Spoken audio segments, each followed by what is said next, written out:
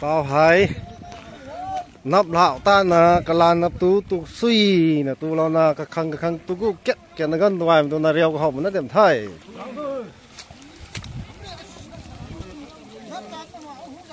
ngoài là bấm thế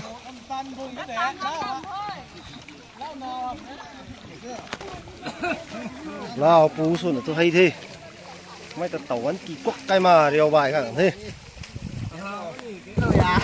gọi ngầm khát sát bắt rêu bấm luôn thế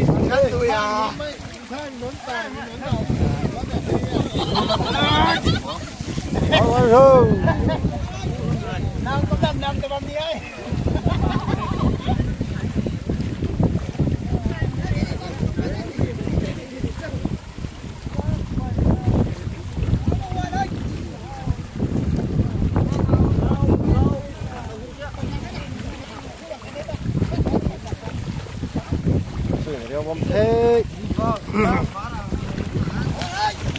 nôm lắm nó ra làm nó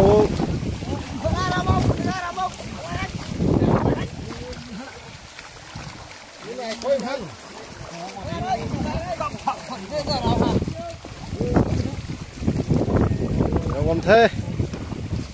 mấy hình sự tập với nó thế chương trình vào lò hồ thì nó đái phải đừng đủ